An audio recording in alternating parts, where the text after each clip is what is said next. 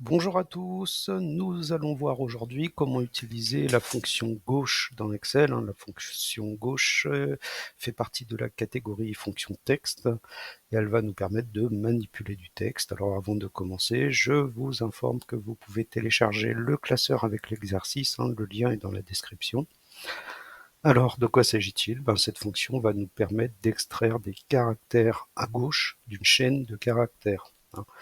La syntaxe est la suivante, gauche, on ouvre la parenthèse, et au niveau des arguments, le premier argument, on va placer le texte, puis le deuxième argument, nombre de caractères à récupérer. Alors, au niveau des arguments, texte est une chaîne de caractères ou adresse de la cellule à partir de laquelle on souhaite extraire des caractères. Exemple, la cellule B46. Puis, deuxième argument de cette fonction, on va indiquer la longueur de la chaîne de caractères à extraire. Exemple 2. Alors en pratique, ça donne quoi? Eh bien, ici, qu'avons-nous déjà dans un premier temps? Nous avons un tableau avec des documents commerciaux. Donc avec un numéro de document dans la colonne B.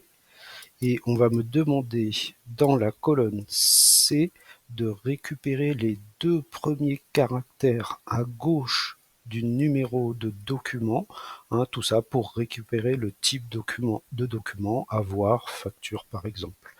Alors je vais pour ça sélectionner la première cellule C46 pour mon premier document et allez, pour une fois je vais écrire la fonction, donc une formule commence par égal, gauche, je vais ouvrir la parenthèse et on va me demander, on le voit dans le petit post-it jaune en dessous, quel est le texte à partir duquel je souhaite récupérer des caractères à gauche. Eh bien, il s'agit de ma cellule B46 pour mon premier document. Là, j'ai indiqué mon premier argument. Pour passer au deuxième argument, je tape un point-virgule. On me demande le nombre de caractères à récupérer. Eh bien, il s'agit des deux premiers caractères. Je vais taper 2 et fermer la parenthèse de ma fonction gauche. J'obtiens AV pour mon premier document et je vais pouvoir recopier ceci vers le bas pour mes autres documents. Voilà, j'ai isolé donc le type de document dans une colonne. Ça me permettra de filtrer plus facilement ultérieurement, par exemple. Merci.